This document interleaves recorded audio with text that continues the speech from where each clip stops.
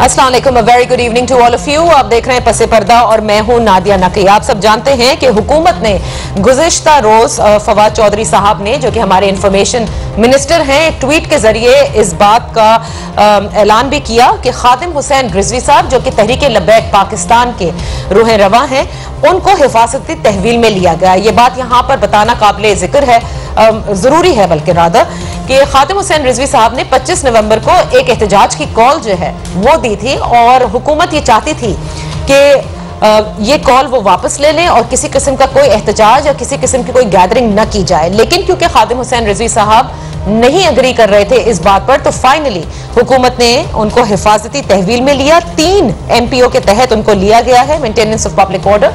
और इसके साथ साथ फिर हमने देखा कि कहीं इस बात के बाद जो है कोई एक रिएक्शन जरूर आना था, क्योंकि बहरहाल तहरीक लब्बैक पाकिस्तान की एक बहुत बड़ी फॉलोइंग है, जो कि हालिया दिनों में हमने धरने की सूरत में इस्लामाबाद में देखी थी। इससे पहले 1 साल पहले जो फैजाबाद में उन्होंने धरना दिया था, उसमें भी हमने देखा कि कितने सारे लोग उनके फॉलोअर्स हैं, न सिर्फ वो जो कि धरने में मौजूद थे बल्कि मुल्क भर में। फिर तहरीक लब्बैक पाकिस्तान में जो अभी हालिया आम इंतखाबात हुए, इसमें भी उन्होंने भरपूर हिस्सा लिया था और सिंध में तो उनकी 2 नशिस्तें भी हैं, यानी सिंध की असेंबली में। बहरहाल जब ये सब कुछ हुआ, एक रिएक्शन सामने आना था, वो भी आया, लेकिन उसको भी कर्टेल किया गया और ये बताया जा रहा है कि मुल्क भर में तहरीक लब्बैक पाकिस्तान के जो ये रहनुमा हैं, इनके खिलाफ क्रैकडाउन करते हुए उनको नजर बंद किया गया है टिल 1 दिसंबर। फवाद चौधरी साहब ने न सिर्फ ये कहा बल्कि साथ में ये भी फरमा दिया कि ये सिर्फ 25 नवंबर को एहतजाज की कॉल वापस ना लेने की सूरत पर किया गया है, इसका आसिया बीबी केस से कोई ताल्लुक नहीं है। साथ ही उन्होंने ये भी कहा कि तहरीक लब्बैक पाकिस्तान जो है वो मजहब की आड़ में सियासत कर रही है और तहरीक लब्बैक पाकिस्तान से खतरा है अवाम के जानो माल का। ये वो तमाम बयानात हैं जो उन्होंने ट्विटर पर दिए। सो आज हम इस हवाले से भी बात करेंगे, क्योंकि आप सब जानते हैं कि हालिया जो धरना हुआ था तहरीक लब्बैक पाकिस्तान का, उसमें हमने देखा कि प्राइम मिनिस्टर लेवल पर भी उन्होंने भी आकर कहा था कि किसी को कानून हाथ में लेने की इजाजत नहीं दी जाएगी। फिर रियासत के हवाले से कई मरतबा फवाद चौधरी साहब ने कहा कि रियासत जब अपनी ताकत दिखाती है तो फिर किसी को पता भी नहीं चलता। क्या आज जो कुछ किया है गुज़िश्ता रात, इससे हम ये समझे कि पाकिस्तान तहरीक इंसाफ की हुकूमत ने इस मरतबा ये साबित कर दिया है कि रियासत हर मर्तबा झुकती नहीं है, रियासत के कवानीन होते हैं, हुकूमत रियासत को चलाती है और इस मर्तबा वो फॉलो करवा रहे हैं। दूसरी जानिब एक और अच्छा कदम आज जो प्राइम मिनिस्टर के ट्विटर बयान पर आया, जिसमें उन्होंने बुज़दार साहब को ये कहा है कि लाहौर में जितने भी लोग जिनके पास शेल्टर नहीं है, वो फुटपाथ पर सोते हैं, सर्दी बढ़ रही है, उनके लिए टेम्पररी शेल्टर टेंट्स की सूरत में अरेंज किया जाए और उनको खाना भी फराम किया जाए जब तक कि हुकूमत परमानेंट शेल्टर का इंतजाम नहीं कर लेती। साथ ही प्राइम मिनिस्टर ने यह भी कहा कि कराची और पेशावर में भी यही स्पॉट्स ढूंढे जा रहे हैं ताकि इन तमाम लोगों को, अगर सीवियर वेदर है तो इस केस में कम से कम कुछ उनको रिलीफ फराम हो सके। क्या ये सिर्फ टेम्पररी तौर पर हो रहा है या इसके पीछे पाकिस्तान तहरीक इंसाफ की हुकूमत की कोई मजबूत पॉलिसी भी होगी, जिसके तहत वो लोग जो कि सड़कों में मुख्तलिफ किस्म की चीजें हमें करते नजर आते हैं, कुछ रोजगार पर हैं, कोई रोजगार पर नहीं है, सिर्फ नशा करते हैं सड़कों पर, कई बच्चे ऐसे हैं जो कि भीख मंगवाए जाते हैं, उनकी इंटर प्रोविंशियल जो है वो हम देखते हैं बड़ी ट्रैफिकिंग भी होती है। इस पर क्या तहरीक इंसाफ की हुकूमत काम कर रही है? ये वो तमाम बातें हैं जो आज की नशिस्त में हम बात करेंगे। अपने मोहतरम मेहमानों का तारुफ कराते चलो। लाहौर स्टूडियो में हमारे साथ तशरीफ फरमा है सीनियर तज्ज़िया निगार है रिजवान रज़ी साहब। Thank you so much for joining us. Karachi में हमें ज्वाइन किया है रजा रूमी ने, बहुत शुक्रिया रजा फॉर ज्वाइनिंग अस। आप जानते हैं सीनियर तज्ज़िया निगार हैं, सहाफ़ी हैं और कराची में पाकिस्तान तहरीक इंसाफ के मुंतखब मेंबर हैं कौमी असेंबली के आफ्ताब जहांगीर साहब, आपका बेहद शुक्रिया। आप NA 252 से आप मुंतखब हुए। सबसे पहले मैं आपकी तरफ आऊंगी Raza. We have been very critical of PTI's government और बहुत से लोगों ने इनको तनकीद का निशाना बनाया था जब TLP ने धरना दिया था कि पहले तो इतनी बड़ी बड़ी बातें की और उसके बाद झुक गए, कुछ ना किया, अब CCTV फुटेजेस क्यों निकाल रहे हैं। लेकिन इस मरतबा आप समझते हैं कि वो तमाम तनकीद आप वापस लेंगे इस हुकूमत से, क्योंकि हुकूमत ने प्रिएम्प्ट कर लिया कि 25 की कॉल वापस नहीं ले रही तहरीक लब्बैक पाकिस्तान, इसलिए अच्छा होगा कि हम इनको नजरबंद कर दें, हिफाजती तहवील में ले लें ताकि किसी किस्म की कोई जानो माल का नुकसान ना हो, किसी किस्म की कोई वायलेंस ना हो, कोई इमलाक को नुकसान ना पहुंचे? जी जी देखिए, आपने बिल्कुल सही कहा कि बहुत लोगों ने तनकीद की और लेकिन मैं ये इसमें वजाहत करता चलूं कि ये तनकीद पीटीआई पर नहीं थी, सिर्फ ये तनकीद रियासत पाकिस्तान पर थी। देखिए जो इन लोगों ने जजों को भी बुरा भला कहा था, अब हमारे जज साहिबान जो है वो कंटेम्प्ट के केस तो लगाते हैं और उन्होंने कितने लोगों को पनिश भी किया। एक वज़ीर आज़म को तो निकाल दिया था उन्होंने कि वो हुक्म नहीं मान रहे थे उनका, सिर्फ इस बात पर। लेकिन एक शख्स जो कत्ल की धमकियां दे रहे हैं उनके ऊपर कोई कार्रवाई नहीं हुई, तो इसलिए मेरे ख्याल से एक ऑल राउंड क्रिटिसिज्म था। लेकिन जो आज अभी ये कल से जो वाकयात हुए हैं, डेवलपमेंट्स, बिल्कुल मेरे ख्याल से पीटीआई की गवर्नमेंट ने खुद भी सेंस किया है कि नई हुकूमत है, इसने आगे चलना है और रूल ऑफ लॉ और अपनी हुकूमत की अमलदारी जो है वो कायम वो होनी चाहिए। और इसलिए बिल्कुल ये काबिल तहसीन फैसला जो फवाद चौधरी के आपने बयानात भी बताए हैं वो बड़े इंकरेजिंग है, क्योंकि अल्टीमेटली हर गवर्नमेंट को, चाहे वो सिविलियन गवर्नमेंट हो या दूसरी हो, उनको एग्जीक्यूटिव अथॉरिटी जो है उसको कम से कम वो कायम तो करना होता है ना, वरना गवर्नमेंट ही नहीं चलती। बिल्कुल आपने सही कहा। अच्छा, ये जो कदम उठाया है, जो हम बयान का जिक्र कर रहे हैं आफ्ताब जहांगीर साहब, देखिए फवाद चौधरी साहब के बयान में बड़ी ये एक बहुत ही इंपॉर्टेंट बात है कि मजहब की आड़ लेकर सियासत कर रही है तहरीक लब्बैक मुसलसल और अवाम की जानो माल के लिए खतरा बन गई है। सो ये तो तहवील में आपने ले लिया हिफाजती, जो कि खत्म भी हो जाएगी 30 दिन में।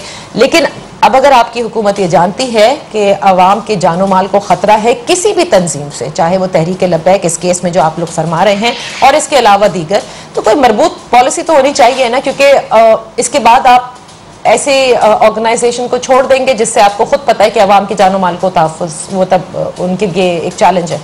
बिस्मिल्लाहिर्रहमानिर्रहीम, बहुत शुक्रिया नादिया, और आपने बहुत ही अहम मौजू पर बुलाया मुझे आज। देखिए, बात यह है कि एहतजाज करना कोई बुरी बात नहीं है, एहतजाज सबका हक है, करें, लेकिन एहतजाज की वजह भी होनी चाहिए और एहतजाज पुरअमन भी होना चाहिए, तो किसी को कोई एतराज़ नहीं है। लेकिन हमने ये देखा माजी में कि एहतजाज की आड़ में जो कुछ हुआ वो किसी भी एक पुरअमन शहरी के लिए काबिल कबूल नहीं था। मुझे नहीं पता कि कौन सी स्कूटर ने गुस्ताखी की, कौन सी गाड़ी ने गुस्ताखी की, किसी केले ने गुस्ताखी की, मुझे नहीं मालूम। किसी के अमलाक को नुकसान पहुंचाना, लोगों की जानों के साथ खेलना, ये कहाँ का इंसाफ? ये तो इस्लाम नहीं है। हाँ, आपको बुरा लगा, आपको फैसले पे एतराज़ था, तो आप उसका जो लीगल तरीका है वो अख्तियार करते, आप बिल्कुल जाते, रिव्यू में जाते, आप एहतजाज भी करते, लेकिन ये साबित करते कि हम वो मुसलमान हैं जो अल्लाह और अल्लाह के रसूल की शान में कोई गुस्ताखी बर्दाश्त नहीं करेंगे, लेकिन उनके साथ साथ उनकी सीरत पर भी अमल करेंगे। सही। और हजूर सल्लल्लाहु अलैहि वसल्लम की सीरत हमें ये बताती है कि आपने तो रास्ते में से पत्थर हटाने वाले को भी जन्नत की नवीद सुनाई, आपने तो कचरा फेंकने वाली की भी आदत की, आपने तो आपसे कहा गया ताइफ पे आपके पाँव लहूलान हो गए कि आप दुआ करें तो इन दोनों पहाड़ों के दरमियान, तो उन्होंने कहा नहीं, उनके लिए भी आपने दुआ की। तो बात यह है कि हमें अपने जिस चीज को हम फॉलो कर रहे हैं उस पर कम से कम अमल तो करें। सही। तो एक तो ये, दूसरी बात ये कि देखिए, ये मुसलसल अब ये कौम, ये मुल्क बर्दाश्त नहीं कर सकता। पहले हमें बहुत सारी चैलेंजेस हैं, अभी आपके सामने मुल्क की चैलेंजेस हैं, बैरूनी मुल्क की चैलेंजेस हैं, तो ये बहुत सारे, अगर हम एक नया फिर एक महाज खड़ा कर दें तो मुझे लगता है कि हुकूमत ने बहुत अच्छा फैसला किया है। और ये पैगाम अब सारी कुव्वतों के लिए है कि जो ये समझते हैं कि ताकत के जोर पे हम अपनी बात को, बट ये नजरबंदी के बाद क्या करेंगे? क्योंकि आपकी हुकूमत खुद ये कह रही है, यानी आप सब लोग खुद ये कह रहे हैं कि तहरीक लब्बैक मुसलसल अवाम की जानो माल के लिए खतरा बन गई है। व्हेन यू नो कि समबडी, अच्छा देखिए, बात ये है कि हमारा हुकूमतों का काम ये है, लेकिन कभी भी प्रेशर के जरिए, ताकत के जरिए किसी चीज को खत्म नहीं किया जा सकता, एजुकेट किया जा सकता है। और इसके लिए इसमें सियासी पार्टियों के साथ साथ अवामी राय की भी बहुत अहमियत होती है, मीडिया का भी बहुत एक अमल दखल है इसके अंदर, सिविल सोसाइटी का भी बहुत एक अमल दखल है। लेकिन अब लोगों ने भी देखा कि जो कुछ हुआ इससे लोगों ने बहुत ज़्यादा एजुकेट भी हुए कि यार ये सही नहीं है। मैं बहुत से लोगों को जानता हूँ जिन्होंने इख्तिलाफ किया, उन्होंने कहा कि नहीं यार, हमने तो इस सेंस में नहीं किया था जो ये सब कुछ हुआ है। और बाज़ दफ़ा लोगों ने तो यहाँ तक कहा कि नहीं, हमारा कोई ताल्लुक नहीं है, ये तो शर पसंद आ गया कोई और लोग बीच में आ गए, तो वो काम ही मत करें जिसकी वजह से आप भी बदनाम हो और लोगों को भी नुकसान पहुंचे। रजी साहब, मुश्किल फैसला तो था, क्योंकि देखिए आप भी जानते हैं कि माजी में ऐसे जो मजहब की आड़ में सियासत हम बड़ा इस्तेमाल करते हैं, अब तो हुकूमत भी ये कह रही है, उनके खिलाफ किसी किस्म का भी कोई एक्शन हो, बिकॉज बहरहाल उनकी बड़ी फॉलोइंग है और ये फॉलोइंग कभी कभार हुकूमतों के लिए अनपॉपुलर बन जाती है। It is an unpopular decision if I may say, according to my own opinion, लेकिन फिर भी लिया है। पहले तो जरा पंजाब की सूरत हाल बताएं, लाहौर की खुसूसन, क्योंकि कल तो मैंने देखा कि रिएक्शन के लिए लोग बाहर आए थे, उसके बाद बड़ा जबरदस्त क्रैकडाउन भी हुआ है। अब क्या सूरत हाल है and how do you see this? देखिए, जरा टीएलपी की जो हैत तरकीबी है उसके ऊपर थोड़ी सी रोशनी डाल लें तो हमें आगे गुफ्तगू करने में आसानी रहेगी। टीएलपी जो है वो डॉक्टर अशरफ जलाली साहब हैं, उनके नाम के ऊपर रजिस्टर्ड एक पार्टी है और डॉक्टर मौलाना खादम हुसैन रिजवी साहब का उस पार्टी से कोई ताल्लुक नहीं है। रजिस्ट्रेशन के अंदर जो ऑर्गेनोग्राम दिया गया है उनमें ये कहीं पे एग्जिस्ट नहीं करते। इसलिए ये टीएलपी जो है वो अगर एक party as a political party registered हुई है तो वो डॉक्टर अशरफ जलाली साहब से हुई। अगर आपको याद हो तो लाहौर का धरना जो है वो अलग होता था और इस्लामाबाद का, फैजाबाद का धरना अलग होता था। बिल्कुल सही। अब मौलाना खादम हुसैन रिजवी साहब जो हैं, इनके जो मदारस हैं यानी इनका हेडक्वार्टर है या जो इनका आप कह लें एपी सेंटर है, मैं कहना नहीं चाह रहा ये बात, वो है चकवाल, और चकवाल से नजदीक पड़ता है पिंडी। ये अपनी सारी वहां के बच्चों की या वहां के साथी की जो इनके मदारस में पढ़ाते हैं वहां से उठा के ये चले जाते हैं पिंडी, और चूंकि सारा इंटरनेशनल और नेशनल मीडिया जो है वो इस्लामाबाद को फोकस करता है तो वो लाइमलाइट में आ जाते हैं। और अशरफ जलाली साहब जो हैं वो दाता दरबार के पास धरना दे के बैठे रहते हैं, कैमरा उनकी तरफ नहीं जाता। तो एक तो ये ज़हन में रखिए कि अगर ये गिरफ्तार हैं तो इसका टीएलपी के सरगर्मियों के ऊपर कोई असर नहीं पड़ेगा, नंबर एक। ठीक है। डॉक्टर अशरफ जलाली साहब जो हैं वो बारहा मौकों के ऊपर इनके एहतजाज से अपनी डिसोसिएशन शो कर चुके हुए हैं और 25 की कॉल के ऊपर भी वो एग्री नहीं थे।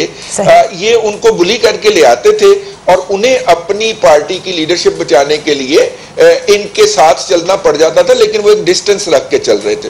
तो टीएलपी वहीं पर रहेगी, डॉक्टर अशरफ जलाली साहब भी वहीं पर रहेंगे और खादम हुसैन रिजवी साहब और उनके जो फॉलोअर्स हैं, और वो तादाद में इतने ज्यादा नहीं है जितना कि इस प्रोग्राम में बार बार कहा गया, उनको मैनेज करना हुकूमत के लिए ज्यादा आसान होगा। और हमें पिछले 24 घंटों के अंदर ये नजर भी आ गया है। रजी साहब, लेकिन मैं वो दिन याद कर रही हूँ जब पहले पिछले साल जब हुआ था ना, जब ये पाकिस्तान मुस्लिम लीग नून की गवर्नमेंट थी और फैजाबाद धरना हुआ था, आई क्लियरली रिमेम्बर कि कराची की सड़कों पर भी बहुत कुछ हुआ था, बहुत बड़ी तादाद में लोग निकल के जगह जगह उन्होंने रोका था, फायरिंग्स हुई थी, टायरों को आग लगाए गए थे। तो आप ऐसे कैसे कह रहे कि you know they don't have a following? मेरा सवाल है, नहीं डिवीजन, इंटरनल डिवीजन आ गई थी उस पार्टी के अंदर साहब से। जी बोले जी। मेरा सवाल ये कि क्या इनकी सोच मुख्तलिफ है? अगर एक सियासी पार्टी के सरबराह हैं और दूसरे एजिटेटर हैं तो क्या, देखिए बात तो यहाँ पे एक सोच की हो रही है। सुप्रीम कोर्ट ऑफ पाकिस्तान मुल्क की सबसे आला अदालत है, उसने एक फैसला दे दिया, वो हम सब पे लाजिम है कि हम उसको एक्सेप्ट करें।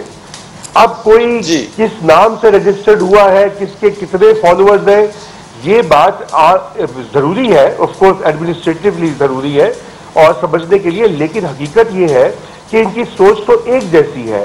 और ये जो सोच है जो कि हुकूमतों को मफलूज करना चाहती है, सुप्रीम कोर्ट की रिट को पामाल करना चाहती है। एक गरीब औरत जो तकरीबन 10 साल बिना वो जेल में रही, डेथ रो अपने 5 बच्चों से महरूम रही और अब उसको फांसी देने की कॉल की गई है, तो ये कैसी सोच है भाई? मैं तो इसकी बात कर रहा हूँ। अच्छा रजी साहब, अगर मेरी बात मुकम्मल हो जाने देते तो शायद इनको ये बात कहने की जरूरत पेश ना आती।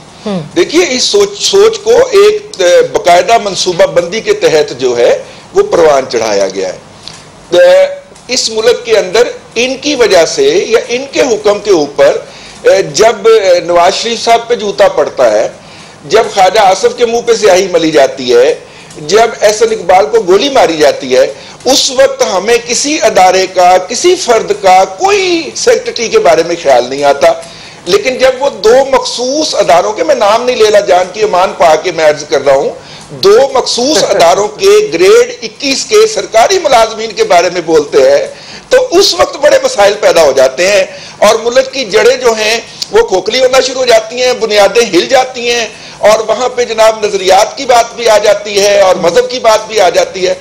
मेरा ख्याल ये है कि जो मॉन्स्टर तख्लीक करता है वो मॉन्स्टर उसको खाता जरूर है। ये यूनिवर्सल प्रिंसिपल है। नहीं, ये तारीख का भी प्रिंसिपल है, सिर्फ यूनिवर्सल नहीं है, ये तारीख में भी हमने देखा है। ये तारीख का प्रिंसिपल है। जिसने मॉन्स्टर तख्लीक किया है मॉन्स्टर उस अपने तख्लीककार की तरफ पलट के जरूर आता है। तो जिन्होंने उसको तख्लीक किया था उनकी तरफ वो पलट के आया है। तो ये तो एक नेचुरल फ्लो था और इसने इसी तरह ही अपने अंजाम को पहुंचना था, सो वो पहुंच रहा है। अच्छा, पहले भी उसके क्रिटिक थे कि ऐसा ना कीजिए मुआशरे के अंदर। ये जो यूनिवर्सल प्रिंसिपल का आप जिक्र कर रहे हैं रजी साहब, मुझे बार बार ब्रेक का कहा जा रहा, कह रहे हैं हद ही हो गई है, अब ब्रेक ले लीजिए। तो मैं एक ब्रेक ले लेती हूँ, जब ब्रेक से वापस आएंगे तो फिर हम जरा अपनी गुफ्तगू आगे बढ़ाएंगे, उस दूसरे मौजू की तरफ भी जाएंगे। लेकिन जो आपने जिस प्रिंसिपल का जिक्र किया उस प्रिंसिपल को क्या हम सिर्फ नजरबंदी तक ही टैकल कर लेंगे, उसके बाद क्या होगा, ये एक बहुत बड़ा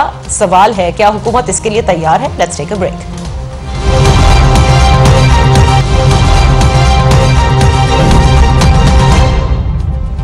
वेलकम बैक। रजा रूमी, रिजवान रजी और आफ्ताब जहांगीर साहब से हम बात कर रहे हैं हुकूमत के गुज़िश्ता रोज के फैसले पर, जिन्होंने तहरीक लब्बैक पाकिस्तान के रहनुमा खादिम हुसैन रिजवी साहब को हिफाजती तहवील में लिया है। I come back to the same question जो रजी साहब ने कहा है, इसके बाद क्या कोई ये डिस्कशंस आपकी सर्कल्स में होती है कि किस तरह से इन तमाम ग्रुप्स को, चाहे वो टीएलपी हो या जो कोई भी हो, समझाना होगा कि इस तरह से ना रिट को चैलेंज किया जा सकता है, जैसे रजा कह रहे हैं कि देखिए सुप्रीम कोर्ट के फैसले के बाद जाहिर है सुप्रीम कोर्ट को तो क्वेश्चन नहीं किया जा सकता, किसी को फैसला अच्छा लगेगा, किसी को बुरा लगेगा। और दूसरा जो बात रजी साहब ने कही यूनिवर्सल प्रिंसिपल के हवाले से, अच्छा देखिए, ये तो हकीकत है, जो रजी साहब ने भी बात की वो भी हकीकत है, हमने देखा, दुनिया में भी देखा, रिसेंट हिस्ट्री में भी देखा और पास्ट में भी देखा।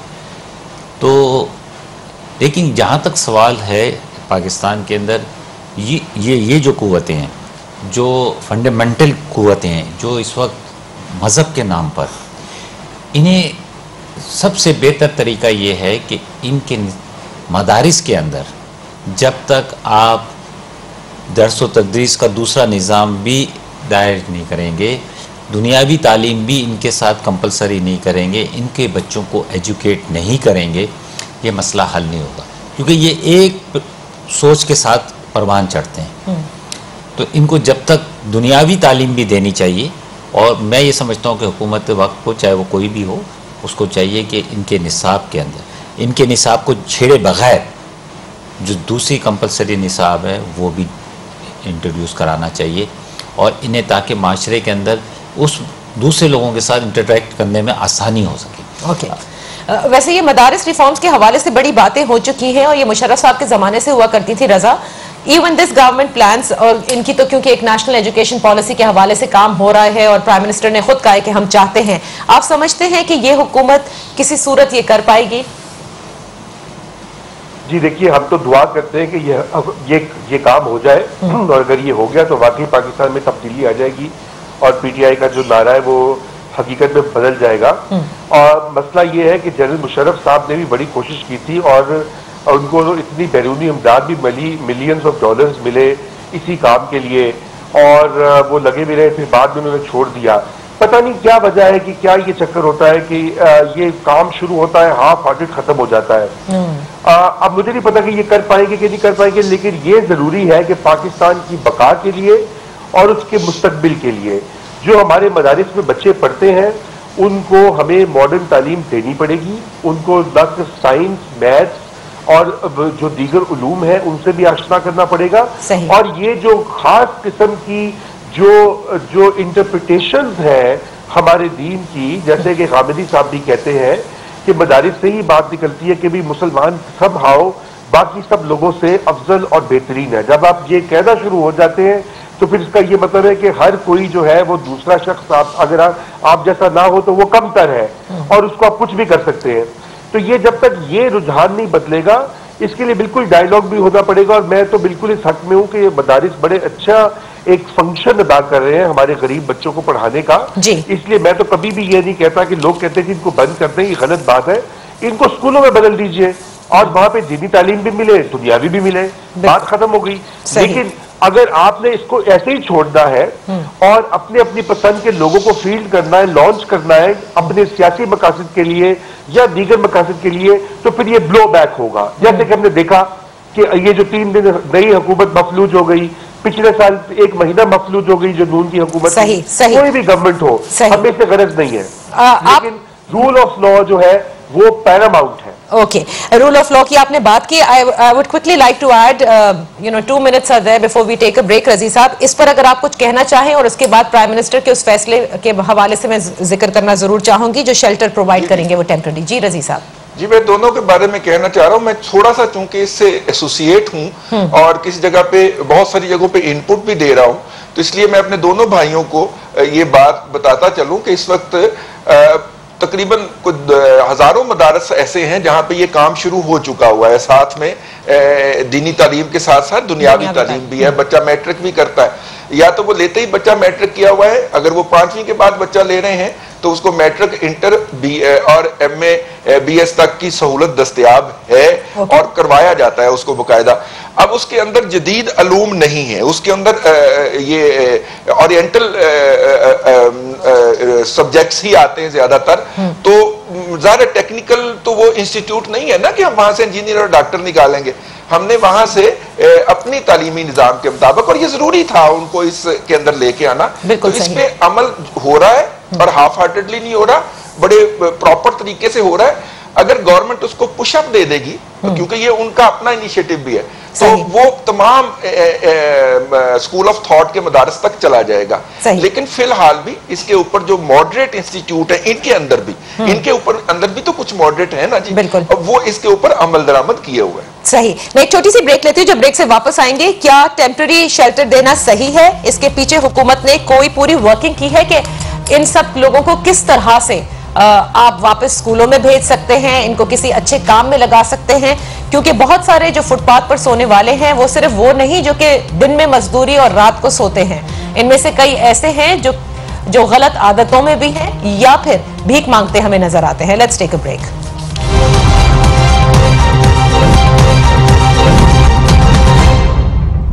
Welcome back. प्राइम मिनिस्टर ने ट्विटर के जरिए ऐलान किया कि लाहौर में जितने भी लोग फुटपाथ पर सोते हैं उनके लिए शेल्टर का इंतजाम किया जाए। कई के लिए तो वो टेंट्स लगा दिए गए हैं, और इसके अलावा उन्होंने कहा कि पेशावर में भी और कराची में भी ये स्पॉट्स ढूंढे जाएंगे until they are going to construct, जिसे परमानेंट शेल्टर्स कहते हैं। लेकिन आप भी जानते हैं, और क्योंकि आप कराची से भी हैं, कि यहाँ पर एक बहुत बड़ी तादाद में, इवन लाहौर में, रजी साहब इस सेकंड करेंगे, बहुत बड़ी बेगरी इंडस्ट्री है जो सड़कों पे ही रहती है। ये बच्चे जो जिनको स्कूलों में होना था, ये कहीं से बेचारे अगवा होकर कहीं किसी रैकेट के हाथ लगते हैं और इस तरह से सड़कों पर नजर आते हैं। खाली शेल्टर देना मेरा ख्याल से मसले का हल नहीं होगा। अच्छा देखिए नादिया, ये बड़ा इंपॉर्टेंट सब्जेक्ट है। इसको हम 3 हिस्सों में तकसीम करते हैं।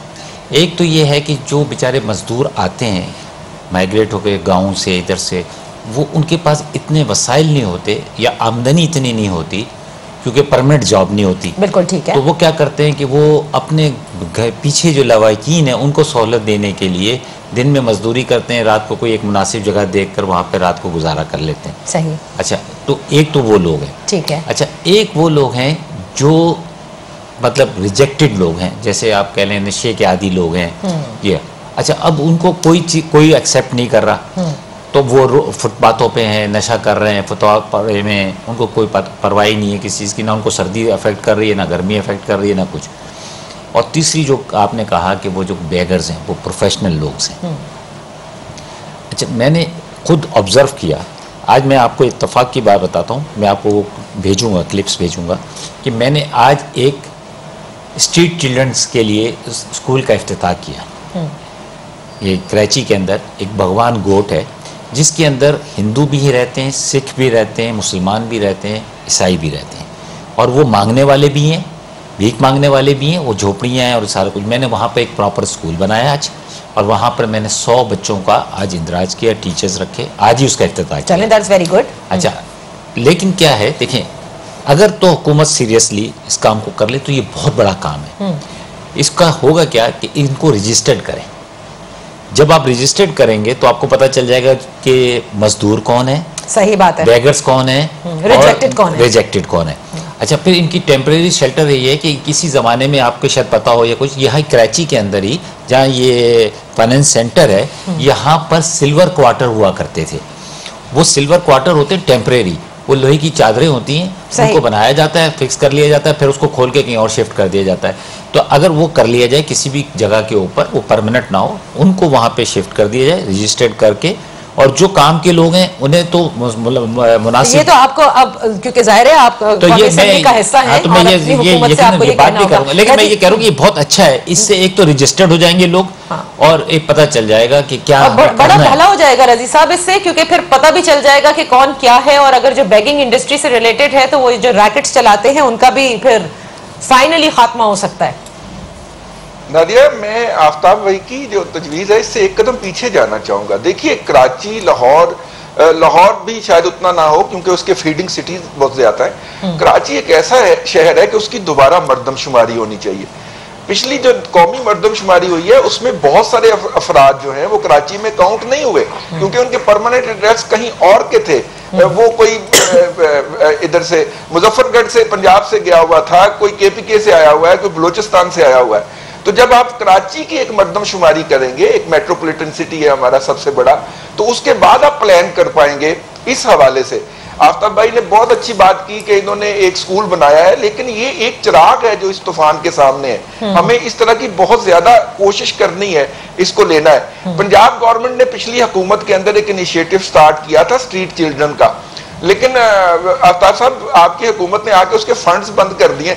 तो खुदारा उसके फंड जारी करा दीजिए। वो अच्छा एक इनिशिएटिव था, वहां पे एक 200-250 बच्चे चले, 200-250 ही सही, लेकिन उनको लाया गया था, उनकी रिहेबिलिटेशन हो रही थी, उनको रिस्टोर किया जा रहा था, और भी जो बच्चे आ रहे थे उनको भी किया जा रहा था। आप उस प्रोजेक्ट की मैनेजमेंट तब्दील कर दीजिए। हाँ। अगर आपका ख्याल है। बिल्कुल, ये बात बिल्कुल सही है। और जब कसूर में पहली मरतबा ये वाकया सामने आया था तो पंजाब का जो चाइल्ड प्रोटेक्शन ब्यूरो था उसने उस हवाले से बड़ा काम भी किया था। ये मुझे अच्छी तरह पता है because I was following that case. Because there is very little time. Razi साहब, सॉरी मैं आपको इंटरप्ट कर रही हूँ। जो रजी साहब ने बात की है ना रजा, और उन्होंने ये जिक्र किया है कि दोबारा सेंसस होना चाहिए। आई क्लियरली रिमेंबर कि जो हमारा आखिरी मरदमशुमारी हुई उसमें कराची के होमलेस और डेस्टिट्यूट्स के लिए 2 दिन रखे गए थे।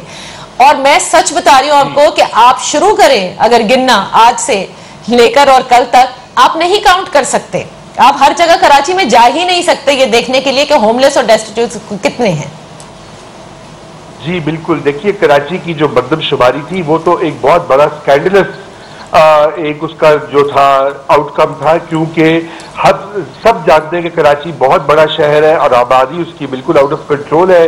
लेकिन जब नंबर आए सामने तो बिल्कुल सभी हैरान रह गए कि भाई कराची की आबादी थी बड़ी और दीगर शहरों की आबादी कहां से कहां पहुंच गई। बहरहाल ये एक अलग बहस है। मैं ये कहना चाहूंगा कि जहां तक ये जहांगीर साहब ने बहुत जबरदस्त काम किया है, मैं एक्चुअली इनकी जो है अप्रिशिएट करूंगा, और मैं ये समझता हूं कि इमरान खान साहब को इनको मजीद जिम्मेदारियां देनी चाहिए क्योंकि ये ऑलरेडी ये काम कर रहे हैं, चाहे ये डॉक्यूमेंटेशन का काम हो, रजिस्ट्रेशन का काम हो। और मेरी तो यही अपील होगी आपके प्लेटफॉर्म से कि इनको ये जो है बेगर्स के हवाले से और स्ट्रीट के बच्चे जो है सड़कों पर, उनके हवाले से एक पॉलिसी बनाने का काम दिया जाए। क्योंकि देखिए ये पॉपुलिस्ट इकदाम अच्छे होते हैं लेकिन ये शॉर्ट टर्म होते हैं कि हमने किसी की मदद कर दी। हुकूमतों के लिए जो है लॉन्ग टर्म पॉलिसी चाहिए होती है, वसाइल चाहिए होते हैं, और प्राइवेट सेक्टर को इन्वॉल्व करना होता है। बिल्कुल सही कह रहे हैं। Thank you so much. एक आखिरी बात कह दूं? जी जी जी। वोकेशनल ट्रेनिंग जो है, देखिए पाकिस्तान में सबसे बड़ा मसला नौकरियों का है और नौकरियों के लिए स्किल्स चाहिए। इसलिए मैं ये समझता हूँ कि अगर वोकेशनल ट्रेनिंग होगी पूरे मुल्क में जा बजा, उसमें ये होमलेस लोग भी आ जाएंगे। तो असल में इनको रोजगार चाहिए, लाइवलीहुड चाहिए, और फिर they will be able to make their life. Vocational training वो जो एडल्ट्स हैं, लेकिन जो बच्चे हैं उनको तो हमें स्कूल में बिल्कुल डाल देना चाहिए। आफ्ताब जहांगीर साहब, आपने वाकई अच्छा काम किया। प्राइम मिनिस्टर ने भी ये अच्छा कदम लिया, लेकिन जैसे रजा भी कह रहे हैं कि हमें एक मजबूत पॉलिसी की जरूरत है, और हम उम्मीद करते हैं कि आप जाकर इसका जिक्र जरूर करेंगे। प्राइम मिनिस्टर से भी कि जो काम आप कह रहे हैं कि इनकी रजिस्ट्रेशन हो और फिर आपको पता चल जाएगा कि रिजेक्टेड कौन है, कौन दूसरे शहरों से आकर काम कर रहे हैं, उनको जरूरत है, और तीसरे आपको समझ में आ जाएगा कि वो बच्चे जो कि एक बेगिंग माफिया का जो है उसके अंडर बेचारे काम कर रहे हैं। क्योंकि अगर आप डिफरेंट सिग्नल्स पे जाकर देखेंगे जिस तरह से इनको ट्रीट किया जाता है और फिर जिस तरह एक्सप्लॉइट किया जाता है, इसकी कहीं मिसाल नहीं मिलती। Thank you so much for joining us. इंशाल्लाह फिर आपकी खिदमत में हाजिर होंगे। आज के ये जो 2 स्टेप्स हैं हुकूमत के, वो अच्छे इसलिए भी माने जा रहे हैं क्योंकि अपने आप को प्रूव कर रही है हुकूमत, क्योंकि 100 दिन भी कंप्लीट होने वाले हैं। मेरे ख्याल से हम थोड़े से मार्क्स इनको जरूर दे दें। तनकीद आप लोगों ने काफी बर्दाश्त कर ली है, लेकिन as we say it has to be a long term policy. इजाजत दीजिए, अल्लाह हाफिज।